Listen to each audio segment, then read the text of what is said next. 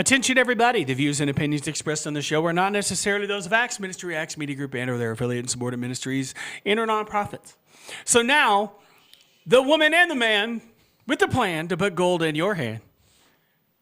It's the Hammocks. Woo! Thank you, Matt.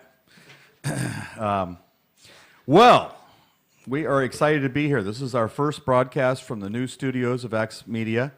And I got to tell you, it's so bright in here, I need shade. Our future's so bright, I need shades. It's really bright, but we're excited to be here. And, one of the things that we were talking about in regards to today's show were, what are some of the things that folks should be doing with this new year, right here in like 72 hours or 48 hours, I guess. Basically, we got today and tomorrow, and then, midnight, it turns to 2021. Yay! Are you excited for 2021 to get here? Well, it's got to be better than 2020, so yes. Yes, 2020 has been a crazy, eventful year for everybody. That it has. I still have moments where I forget that this isn't just, a Missouri or a Springfield thing. I was talking to somebody yesterday over in Kansas, and I just kind of forgot, and he said something about, having to deal with the masks and everything, and I was like, oh yeah, they've got it to deal with over there too. So, hopefully we'll be able to sort this all out and everything. But we were talking about what should people be doing, especially since this show's about alternative assets and money and insurance and, basically trying to make your portfolio, your financial life safer and so forth. And one of the things we came up with was the policy review. And what I mean by that is every insurance company out there, because of either COVID or because interest rates are incredibly low, they're kind of readjusting their offerings, and some are discontinuing some are improving some are changing them a little bit here or there. And because of that, everybody probably should look at this as an opportunity to go through and review whatever insurance policies you have, be it life insurance or long-term care or Property and casualty. Yeah. Auto or home or something like that. What are some of the things that folks should be looking for in your world? Well, again, in property and casualty, as each year, and really they'll do it throughout the year, but most of the companies will be looking at what natural disasters have happened, which ones are they predicting will happen, and they are very aware of how it's important as a stable financial entity to prepare for or react to, right? So that's something that, again, it's worth reviewing your insurance policy at least yearly to make sure that it's covering the things that are important to you at a fair price to what would be reasonable, at least for the area. Were you going to do some housekeeping too and share with us the numbers? Yeah. Okay, perfect. Yeah, I was going to. I just thought since this was new, I'd share it first because I might forget. And, Fair. Okay. But getting back to like the life insurance review, I've done those for decades, and what's always interesting is somebody's got an old life policy in the the office drawer, desk drawer, and they've kind of just let it sit there for 10, 12, 15 years, however long. They think they're covered because they've got X amount of life insurance that they bought all those years ago. And the good news is they probably got a pretty good price because they were that much younger. A lot of the insurance pricing for life insurance is based on how old you are. Which is why we encourage people to think about it early on when they're planning. Well, and when they're insurable, because it's funny how That's life true, too. works. You get a little older and you got to deal with some stress, so you may put a few pounds on around the middle or whatever it is, and the blood pressure goes up, and then there's some cholesterol, and before you know it, you're not preferred, you're standard, and all that kind of stuff. So it does get more expensive as you get older. But where I was going with that is that all of a sudden, they I encounter them and we talk about doing a policy review, and they bring it in, and we kind of look at, okay, they've got X amount of insurance for X amount of dollars, and they're either paying monthly or annually as far as that premium goes or something. Or in some cases, they may have got a permanent policy and they've got it paid off. But the example I was going to use is that what we do is we go through and we figure out, okay, what are your current needs for insurance, and then we take and compare what they've got to what's out there. And it's really funny because sometimes I have cases where for the same amount of premium that they've been paying for this older policy, they can get much more life insurance, which makes sense. And or in some cases, they just want to keep the life insurance at that same level, but because of all the different things that are going on, and the actuaries out there are always kind of tweaking what they do with mortality tables and so forth. In some cases, they just want the same amount of insurance, but they might be able to pay less for it. And in life insurance, especially back in the old days when you got a life policy, you had to die to get the benefit. Your beneficiaries were the one that got the proceeds of that. And the neat thing about it is it would be tax free. But I will tell you, in the last 8, 9, 10 years, a lot of the policies that we deal with have living benefits. And, the name kind of says it. I mean, in other words, you could still be alive and be able to tap into some of the cash. And in some cases, it may be a term policy where there's not even any cash value, but if you become chronically ill or... Those critical illness parts have been incredibly important. Oh, yeah. As you can imagine with COVID. A lot of these folks have really been able to utilize those benefits for the critical illness part because, again, it is not a respecter of age or gender or where you live or anything else. I mean, it's happening. So the critical, and then the one I was getting ready to mention is the terminal.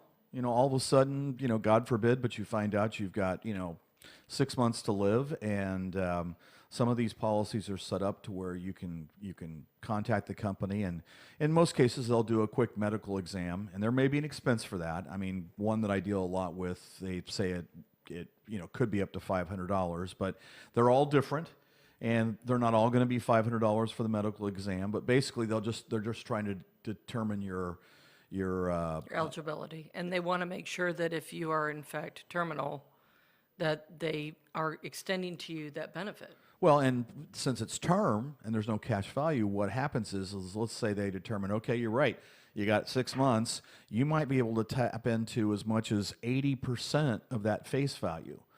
Somewhere, from 0 to 80. There's a lot of moving parts, but you get access to those dollars now, and it's to your discretion how you use them. You might use them to pay medical expenses. You might use them to, take the family to, some spot where you can create some memories before you go. And, there's just a plethora of ideas on how you could use the money and so forth. But the point is, you have access to it. You don't have to pass away in order to get some of the benefits these days with these newer policies. So I guess to wrap this part of the show up, I would definitely encourage you, if you've got an old policy, whatever it is, auto insurance, home insurance, renter's insurance, life insurance, health insurance. I mean, just any of these different kinds of policies that they have out there now.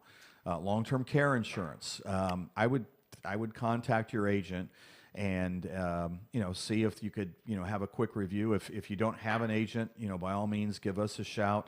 Where can they find you? They can find me through Liberty Mutual. My email address is lorna.hammock@libertymutual.com, and they can also reach me on my office phone, 417-414-6366, or my cell phone, 417-225-2011. And you're welcome to text as well if that's easier for you. Again, that particular number is 417-225-2011. And, just reach out. I'd be happy to look it over. I am brutally honest in the fact that sometimes people have great policies, and I'm the one to say, hey, you know what? This is okay. This is a good price, and you're getting a good opportunity to cover what's important to you. And let's talk again in 6 months or a year. And sometimes that's not the case. Sometimes there's an opportunity for you to be saving some money or maybe getting a different set of coverages that are more meaningful at this particular point in your life. So by all means, reach out, and I would be happy to help. All righty. Well, so back to the housekeeping. You know, we try to include a stewardship course each show. Last week, I think we might have skipped that just because we wanted to go through the 12 steps of COVID-19 and a few other things because it was the eve of Christmas Eve. But this week, we're going to go back to the stewardship format, and I've got one queued up here. The devotional is called Financial Stewardship. And I'll read through this real quick just so we can kind of get it right from the horse's mouth, so to speak. What is financial stewardship? Simply put, it's the way you use your resources to provide for your needs and for the needs of God's kingdom. It's important to note that stewardship involves far more than your money because your resources involve far more than money and material goods. Among your resources are your talents, experiences, creative ideas, energy, time, spiritual gifts, and much more. Your resources encompass the total you. God desires to bless all of you and to be directly involved in every area of your life. And he wants all of you to be actively engaged in his plan for this world. And that's Matthew 5:14 through 16. Financial stewardship is something with which all people are involved, whether they know it or not.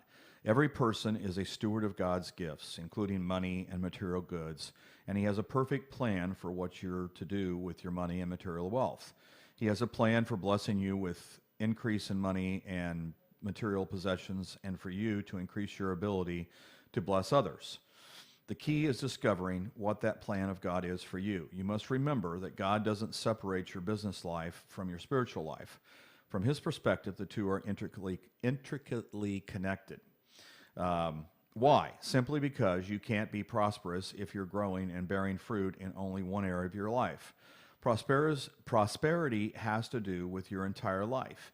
In a very practical way, God's just as concerned about your finances and your ability to meet your material needs as he is with your spiritual growth and development. Many people have been taught incorrectly to think of money as being dirty.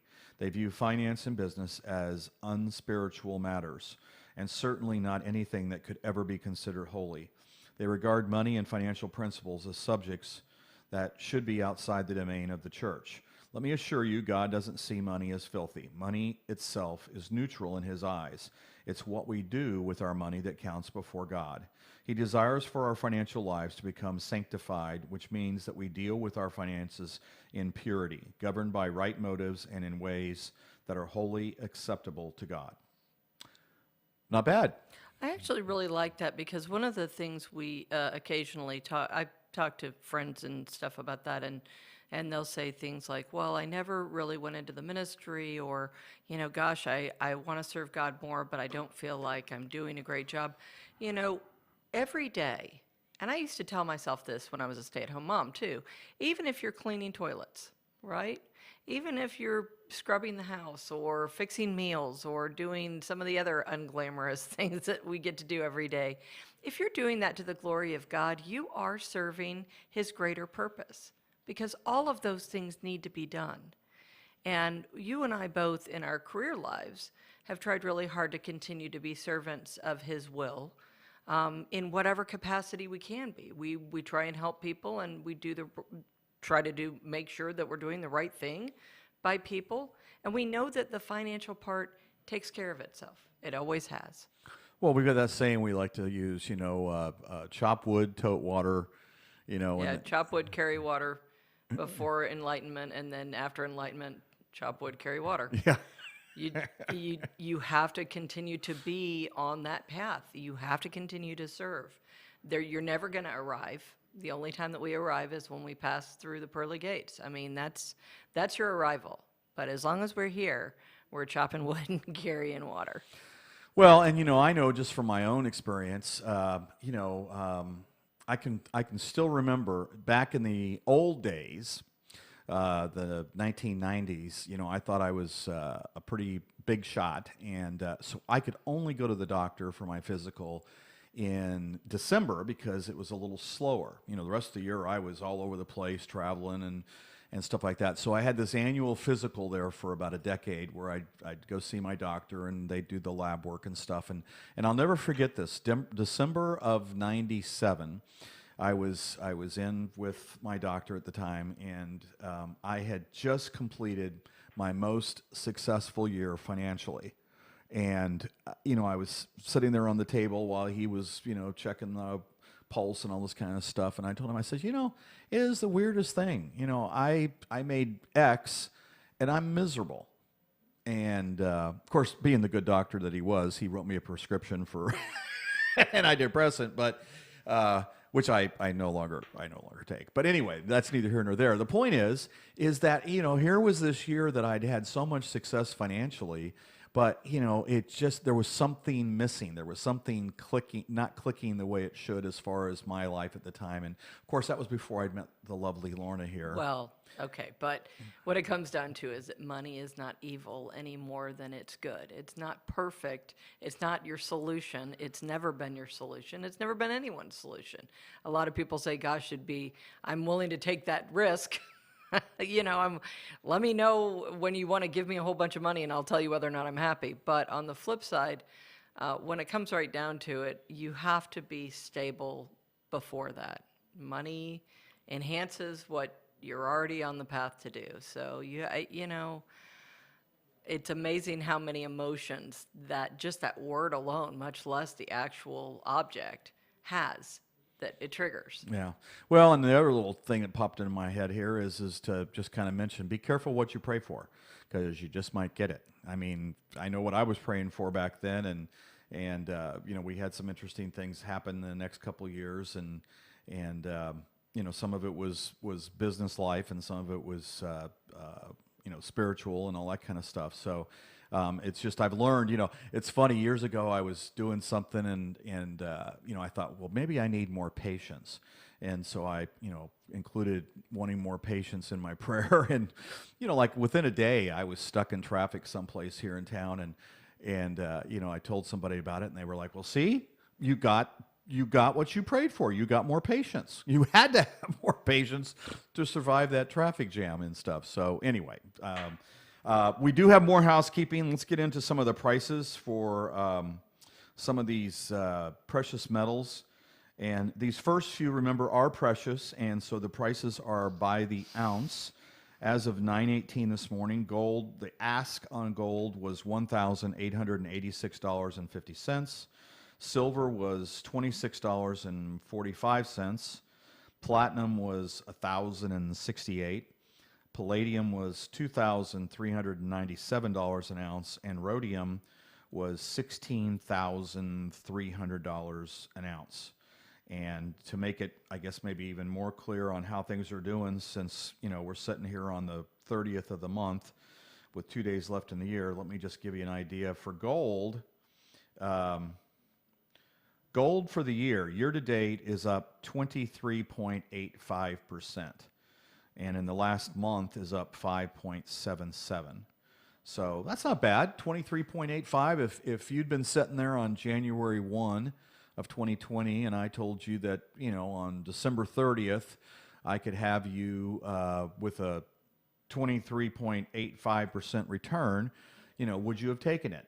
Now, granted, with the way this year's gone, there's been a few other vehicles out there that, have returned higher, like silver, for example. Silver is year-to-date up, we could almost call it 47%. It's up 46.92%. And for the last month, it's up 15.95%. So, there's some nice returns. I mean, the monthly return alone, most people will be satisfied with. But on an annual basis, well, I shouldn't say annual, year-to-date. So for the last 363 days, silver has returned 46.92%. And, and it wasn't a straight line. It didn't go just like this. There was a lot of ups and downs back in March. These figures would have not been as nice. And so, one of the things I'm always preaching when I'm on these shows or talking with clients or anybody for that matter that'll listen is I am talking about dollar cost averaging. And, for example, let's just take this year alone. If you had a system set up where every month you were moving a certain amount that you could afford into, let's say, silver, for example. And let's say the amount, just for example, is $100. You would have, those first few months of the year, been buying in at a certain price. And then in March, that deposit would have probably bought more silver, as far as the ounces or grams, than the one that's going in this month. Because March, not only did the stock market go down drastically, but everything else did. And so there would have been there'd been like a sale, like at the shoe store. Oh, let's go get some shoes because everything's on sale. And then with the dollar cost averaging, as we got out of March and into the year, the prices started to increase.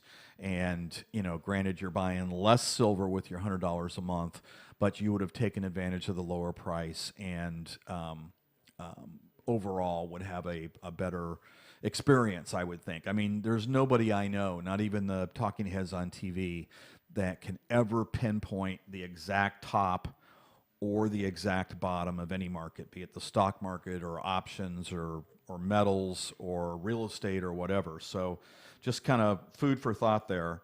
As far as the base metals, and these prices are by the pound. Copper, which is my baby this year. I was looking earlier, but anyway, at 9:20 this morning, copper per pound was $3.54. Nickel is $7.64. That's up 1.5 cents. Aluminum is 91 cents. Zinc is $1.24. Lead is 89 cents. Uranium, Ace's favorite, is $30 a pound. And the crude oil, barrel of crude oil right now is $48.27. And the Dow Jones Industrial Average started out fast this morning. It's up 118 points, and it's currently 30,453. So NASDAQ is 12,904, and it's up about 54 points. And that is the current pricing of all these different products. And we tend to kind of work more on the alternative assets here. I will mention to you that one of them that falls into that, excuse me, is the Bitcoin, or I should say cryptos, because anymore there's thousands of cryptos, but the ones that are the largest are Bitcoin and Ethereum and Litecoin. They probably have the majority of the market cap out there. And Bitcoin today it looks like in the last 24 hours, is up $875. It is currently at $28,191. Crazy. $28,172. And I mean, literally, it's moving as we speak. Ethereum is, oh my goodness, Ethereum's up to $733.18. So, what's happening there, and we've talked about cryptos quite a bit on the show, especially in the fourth quarter. But I will tell you, if you haven't tuned in before, let me clue you in. If you have seen this before and heard this before, let me just kind of reinforce it. First off, I think cryptos are very, very, very risky. I would not put any money in a cryptocurrency that I couldn't afford to lose. And just because we don't know. I mean, this is all uncharted territory to some extent and stuff. But with that said, with Bitcoin specifically, that one crypto, the main one, the most they'll ever be able to issue is 21 million. And right now, I think in circulation, there's about 19 million. So, and it's going to take a while for the other 2 million to be harvested or mined, as they call it, just because of the way it's structured. They had a halving back in May, which what that means is as they are mining, they're only able to pull out half as much as they were before the mine or before the halving. and the next halving is in 2024. So what they've done, the gentleman who wrote the original code for Bitcoin, the blockchain they call it, they had that structured. So it's going to take a while for those other 2 million to get finally into the market and in circulation. And the point is, anytime you have a limited supply and an ever increasing demand, guess what happens? That price is going to go up. I mean, exponentially in some cases. And just here in the last 4 months, maybe 5 months, I mean, what's happened is a lot of companies, institutions, hedge funds, money managers have started to put money into Bitcoin instead of having their cash set there in a money market account that's earning nothing. They've got it working in Bitcoin, and I think the company MicroStrategy was the first one that kind of made that jump. And I looked the other day, and the gentleman who runs MicroStrategy, I mean, he's got just a huge amount of Bitcoin now. I mean, we're talking like 600, 700 million at least. And then right after that was Square. Jack Dempsey is the CEO of Square. He put 50 million in back, I want to say in September or October. And Berkshire Hathaway jumped in at some point, Warren Buffett. Well, and here's one that blew me away. I mean, this was like, I had to like wipe my eyes and make sure I wasn't seeing double or something like that. And mainly because I used to work for them like 3 lifetimes ago. Mass Mutual. Wow. Out of Springfield, Massachusetts. Mass Mutual is one of the most conservative They're very conservative insurance companies, and they put over, I want to say over $100 million of their general account into Bitcoin. Now, let me make this really clear. Their general account is billions and billions of dollars in size. So 100 million, I know that's a lot of money, but on a percentage to them, basis. though, it's Yeah. So anyway, I'm not saying run out and buy Bitcoin, but I am trying to give you information that says, you know what, we got a situation going on right now where it is on the upswing. It very well could, have a correction and be down, 20% or more. But there again, that dollar cost averaging would come into play. And so that's what's going on with the cryptos. What's going on in life insurance and so forth? Well, again, as we get to the end of 2020, most insurance companies are, of course, re-evaluating their positions, their financial positions, kind of like MassMutual, placing money in places. All companies are kind of doing that sort of thing. As far as life insurance is concerned, aside from the regular changes that are happening within the market, I'm not entirely sure what specific changes you're asking about. Well, I know that, with this COVID-19 situation, I have my office downstairs, and Lorna has her office right above mine. And then, of course, the boys, when school's in, are up on the top floor, and they're on their computers doing classes, and at least while Ace is home from college, and then when he goes, it's Mr. Luke. And so, sometimes I overhear things, and I know that there's been a couple of challenging cases and stuff. I guess the thing is that I know that you have a wide range of products. You go from renter's insurance all the way out to advanced type stuff. Sure, and I mean, that's the thing, is that now I have the ability to, everything from pet insurance, single jewelry policies, which, by the way, if you have that written into your home policy, you may want to take a look at splitting that out and having a separate jewelry policy instead of combining it. That's another one of those things that people, as they're reviewing their policies, might want to consider, is doing that, because sometimes that can create a savings.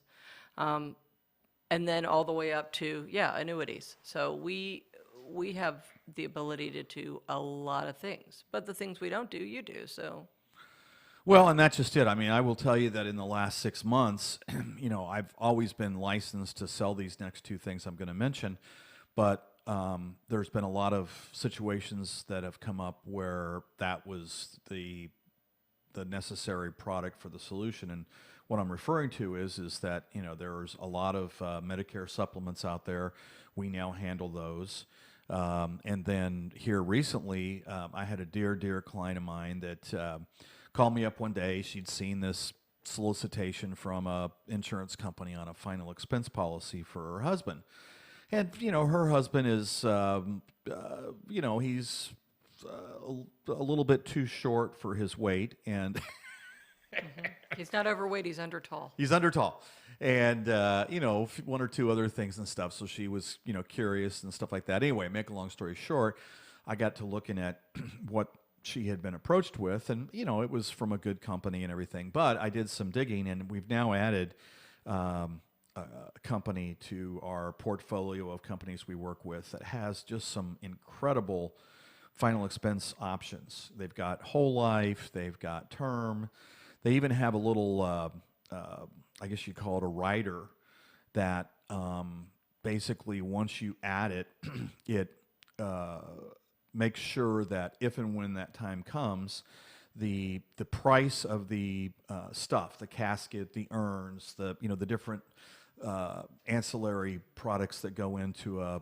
funeral and so forth.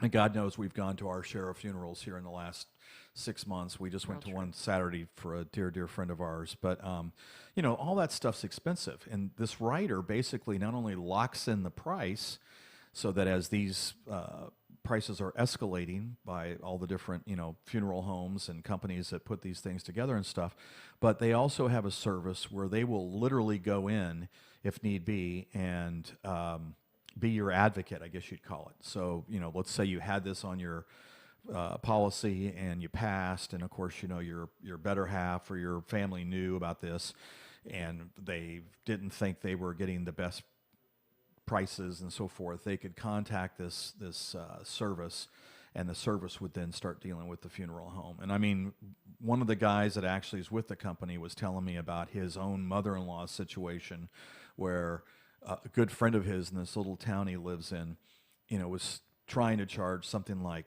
$6,000 for a casket, and it wasn't even a very, lavish or glamorous casket. It was very modest, and Aaron was, kind of trying to get this gentleman to come down, and then finally he just, he remembered he had this service, and he called him up, and they got all the information of, which funeral home it was and the circumstances and this and that and stuff, and so they called the agent he had been working with, and he got back in touch with Aaron and said that the price instead of $6,000 was now $1,500. So I don't know what they did, but they did something to drastically reduce the cost of that particular casket, and I just think that's a service that's very, very valuable in these days and stuff. But I know that the other day. Let's get away from the morbid talk and stuff. If you need something like that, give me a shout. I'm at 417-755-0700. But I know we were talking about farmers. And didn't you mention you have an advanced department that handles... We do. So people that own farms, hobby farms are a little different, right? But actual working farms. We do have a department that does farm policies, including farm vehicles, right? But on top of that, life insurance is incredibly important for farmers. And if you are one, if you know one, if you have one in your family, you would want to check and make sure that they have a substantial policy. Predominantly because, and Tony and I have talked about this because we have friends that have family farms. The last thing that anybody wants to do is lose that land in the process of not having it financially covered. And that's, we've talked about between the two of us having some products that can do that as a life insurance product will cover for that land so that it can stay in the family. Well, and you've heard me over the dinner table talk about the case that Tom shared with us where, this very, very wealthy, large farm, the gentleman that owned it, was looking at a big life insurance policy and at the last minute he just like, I don't need this, and this friend of ours said he was like, well, let's do it this way. And instead of all the papers and the illustrations and all this gobbledygook, that has all these numbers on it and words and stuff like that, he said he pulled out of his briefcase these 4 little toy Little cows, little cow figurines. Yeah. So about the size of my phone. And there was 4 of them. And he put them on the table, you know, in front of the gentleman. And, of course, the farmer was laughing like, what's this? And Tom was like, well, you know, this is your financial world. Let's say these 4 cows, they represent all of your property, everything you own and stuff. And if you don't have this policy we've been talking about, and by the way, it was a huge policy. It was several $1 million and so forth. He goes, what'll happen is because of the amount of wealth you have and the amount of property, when you pass, and he reaches over and he takes like 2 of them, he goes, the government is going to want these 2, the IRS. And so now there's only 2 of these little toy cows in front of the farmer. And he goes, and then you're going to have the state that's going to want the other one. And he's got 1 cow left. And he goes, now on the other hand, if you had a policy like this in place, and he moved the 3 back to the other one, you know, that was by itself. So now there's the 4 again. He goes, you and your family would have all 4 of these left because the policy would take and cover the expenses and stuff. And needless to say, you can kind of probably get a feel for how this story turns out. The gentleman signed on the dotted line, and rightfully so. I mean, And rightfully so, because when it's all said and done, his family still has everything that he worked so hard to create for them, instead of it being lost in a process. And that's what people forget. There's a cost to that process, that government process. They will come in and take a section, and no, you know, what do they say? Death and taxes, the 2 things you can't avoid. Well, also death will not allow you to avoid taxes. Right. They will still come in and take their cut. Well, and you know, it's funny how you know, right now a big topic in the country or in the world, I guess, is this, you know, huge divide between the uber rich and everybody, all of us, you know, the rest of us and stuff like that. And I will tell you, the way the uber rich and the close to being uber rich manage things, a lot of times it's with using very advanced insurance strategies, so that if and when they pass, their family is not, or their estate is not decimated because of, you know, not planning. I mean, I remember the story, like Joe Robbie. You know, there used to be the Joe Robbie Stadium down in Miami at the Dolphins, you know, the team that had Don Shula and Greasy and Zonka and Kick and all those guys and stuff. But when Mr. Robbie passed, he didn't have it structured the way it should have been, and his family, you know, had to sell the stadium and a bunch of other assets to cover the cost and stuff. What was the actor that was on The Sopranos? Gandolfini? Gandolfini. Same type of thing, you know. Again, well, the funny part about life insurance is everybody wants to wait until they're going to die to have it. And if you know when that is, please let us in on that. I mean, it's great strategy if you can make that work for you. But again, James Gandolfini didn't see, you know, nobody knew that was coming. And out of nowhere, he passes away, and... Well, and he didn't have his affairs in order, and I mean, we're talking millions of dollars that his estate lost because he didn't have anything in place. I mean, you know, it's maybe a little too soon to bring it up, but this young man down in Louisiana who has been elected to be the congressman in his district, he passed away, I believe, yesterday. 41 years old. 41 years old, was elected, was waiting to get sworn in this Sunday coming up. And I don't know why they picked Sunday, but in the story I was reading this morning, and he passed away yesterday from complications due to COVID-19. And I don't know if, you know, his estate was probably set up, but my hunch is at 41, he probably didn't think that was going to be coming up as soon as it did. Well, and he has a wife and 2 kids. Oh, I know. That's a very sad story, and there's a lot of sad stories going on right now. There and are. stuff. Well, not even right now. I mean, just in general, there's a lot of very sad stories about, well, we thought we had more time. You know, we all think we have more time, but, you know, you can't be on Facebook for more than a day without seeing somebody that has passed away that no one thought, you know. Well, let's talk about our friend last Saturday. I mean, he was 67 years old, and you know, the fact that and his wasn't even COVID-19 related. His was, I believe, it started with a stroke, and then he went into the hospital and had some other complications, and then passed last. On Wednesday, I believe. Yeah. Early Wednesday. And Wednesday before last, and then the services were last Saturday and stuff. So, I mean, 67's too young. 41 is way too young. And so if you love someone or you owe somebody some money, it would be prudent to add some life insurance to your portfolio, or do what we talked about at the beginning of the show, get a review of what policies you do have, and make sure that you've got everything in good order and stuff. And start small if you need to. Start with what's affordable to you. Don't go crazy. And that actually is a good segue into what we wanted to use the last part of the time that we have, which was talking about this new year coming up. Yes. And I gave you that deer in the headlights look because I was like, what on earth is she talking about? Where is she going with this?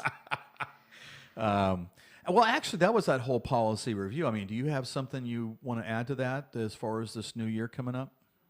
No, just, reach out to your insurance agent. If you don't have one, I would be privileged to look at that for you. There's, again, no cost to that. It just allows you to see what else is out there and to make sure that you've got the optimum pricing and coverage for what you need.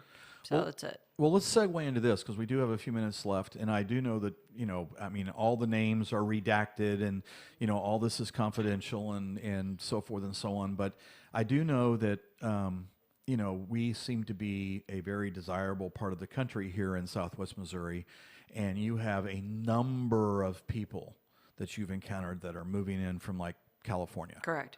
and some other high Sure. price places in the country. They see the value of Southwest Missouri and stuff. Absolutely. And then they tell their friends and neighbors back in California or New York or whatever, and then they also want to come. So It's like ants. it's a little like ants, yes. That's fair. Yeah, you see all the plates on the streets, from Texas and California and all these other states and stuff. But the reason I brought it up is, and I don't know if we can really do this because really where I'm wanting to go with it is, I know when you have a real estate agent that you know, and you guys network a little bit and stuff, that you've been able to make that transition for some of the new residents of Greene County very, very, very pleasant because you're able to get involved, find them insurance, in some cases save them a bunch of money, and have a very fluid, seamless. Yeah, that's exactly the word I like to use is fluid. I have the great blessing of working with some phenomenal people in my world. I work with lenders, I work with real estate agents, and I have the people that I tend to work with and write policies for know that those people have their best interest. It's just really cool to work with other professionals with these connected industries that we're all working together as a team to make sure that these people feel very shepherded into the area, that they feel like, we've all got their best interest because we do. The lender is trying to get them the best loan, the best opportunities for them. The real estate agent is doing their best to make sure that they get a house that not only fits their budget, but their needs and what they're looking for and what they really want. And a lot of times those are first-time home buyers too, so that's really exciting across the board. And then my job is to make sure that everything just kind of smoothly comes together, that they know that when it's all said and done, when they go in to do their closing paperwork, that it's all done. Everything's been done for them, and they can move into their new home confident that they've moved everything and all of their assets are being protected. And I got to tell you, a lot of these folks, it sounds like to me, in some cases, are coming in and paying cash. Some still will, work with a lender because, let's face it, if you know what you're doing and have that interest expense, it can save some, it can benefit Right, some you of on them your are paying taxes. part cash or they're taking out a loan after the fact. They'll do the cash to get the closing done, right? And then they may refi it after the fact so that they can get a loan that would fit. It's kind of like we did with Asa and Kind of Jonas like Cars. that's how we've done cars in the past. Yeah. Absolutely. So again, it allows you some negotiation room. Well, you know what just popped in my head is that, here again, we won't mention any names just for the moment and stuff, but maybe in future shows, you'd want to have one of your real estate people on as a guest, and or one of your lenders. I will absolutely talk to them about that. Yeah. I try to stay in regular contact with them anyway, so I will offer them that opportunity. Not everybody is terribly excited about being on the radio or a podcast of any sort, but absolutely, I will reach out to them because that would be fun. Well, I think that'd be fascinating because, I mean, I got to tell you, interest rates are at an all-time low. I don't know what a new mortgage is right this second. I mean, a lot depends on your credit, but, I know the other day I was listening to something and I want to say I heard 2.85, which is a pretty darn good mortgage rate phenomenal. for Yep. a 30-year mortgage and stuff. And then there's all those other things that go into a mortgage, the points and the closing cost and this and that and so forth. But, that would be fascinating to me is to, kind of hear what. I'll work on that because again, it's one of those things that the regular consumer doesn't realize how intricately woven some of these industries are and how much we can benefit one another and work together as a team on their behalf. So yeah, I'll be happy to do that. But you promised me that we could talk just a little bit about planning for the new year. Yes, let's plan for the new year. Well, and the reason why I'm adamant about it is because a lot of people come to this time of year and they're like, that's it. I'm going to make a bunch of resolutions and I'm going to, here's this laundry list of all the stuff I'm going to do. And as we know from watching gym memberships, for example, that lasts about a month. And then by March, you can feel free to take any piece of equipment you want because most of those people have quit and wandered off somewhere. So what I'm going to encourage you to do this year, which I have found to be extremely instrumental in helping me actually make some gradual changes, is instead of making these grand resolutions, I will do X, Y, and Z this year. I'm going to tell you, let's just tweak a little bit, okay? Let's make small, gradual changes and maybe do it quarterly, right? So between now and, let's say, March 1st, January, February, March, okay, April 1st. Between now and April 1st, I want to, let's say, for example, if weight loss is your goal, I want to lose, let's say, 10 pounds between now and April 1st, and then work back that goal so that it's a small incremental change instead of this year, I want to lose, 100 pounds, go. I mean, that's kind of daunting for most people. So that's my word of wisdom about the whole planning for this next year is, everybody's been pretty well beaten up in 2020. I don't know of anybody that's not a little exhausted and just a little freaked out about some of the things that we've all encountered this year. So take it easy on yourself. You made it. You survived. And now as we look at this new year, rather than, grabbing that anvil and telling yourself you should be strong enough to hold it, just small, incremental changes. And let's ease into this new year with some hope. Yeah, and I like that, every 90 days. I'll never forget one time I was making a presentation to a group of advisors, and I was talking about a quarterly distribution, and one of the guys was like, so how often do they pay that? And everybody else looked at him like, and I was like, every 90 days? No. Anyway. That's spooky. So, and another resolution might be to tithe for the first time and or more so, or to another institution. And what better place to tithe than Acts Ministry? If you're not currently working with a ministry, a church, something along those lines and stuff, you might want to take a look and see what's going on at Acts Ministry. And we're not getting paid to do this. No. We just want to share this out of the truth in our hearts, which is it's a great ministry. It's an opportunity to help people and to reach people where they are. And even just a little bit goes a long way here. Well, it really does. I mean, they've got a new location out here on West Kearney, and you know, I know that every little bit helps.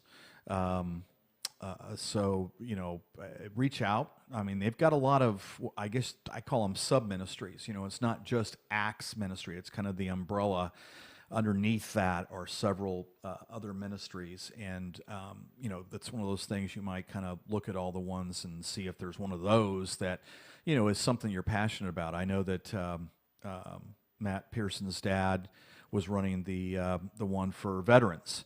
And unfortunately, you know, he passed away last month also. But I know that that ministry was strong enough to where, you know, they're going to carry on the march, so to speak, and stuff, because it was helping a number of veterans in the area.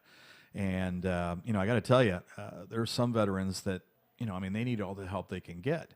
I probably shouldn't go down that alley because I know I get kind of passionate, Lorna knows, and stuff from having to work with my dad's situation for the last 4 years. But anyway, to end on a positive note, that might be something to think about is that, you know, take a look at if you can, you know, tithe and help out a ministry, whether it's here or someplace else, or if you're already doing it, you know, carry forward and all this kind of stuff. But I will tell you that, you know, one of the lessons here a while back in the stewardship class was talking about how sometimes God likes to see how you handle the smaller financial things in your world to see if you're a good steward. And then once you've kind of, I guess, shown your, you know, God that you are good with the smaller things, then lo and behold, something much larger is, you know, headed your way and stuff. And, you know, I think there's some merit to that and stuff. So anyway, without rambling, I got a look from Matt here a moment ago, our agent or our studio manager, producer and stuff, that we're out of time. So rather than waiting for him to give me the complete hook, I think we'll wrap up here. And as always, we want to say thanks to Jim and Pam Whining, who I believe are in the house today, and of course Dr. Paul, and we'll look forward to seeing you in the new year next Wednesday. And thank you so much. Thanks for being a guest on my show. Absolutely, and a special thanks to Matt, always the wonderful producer that he is, and we're very, very grateful for his work as well. Wear your masks and your helmets and all that kind of stuff, and have a safe New Year's Eve. Talk to you soon. Bye.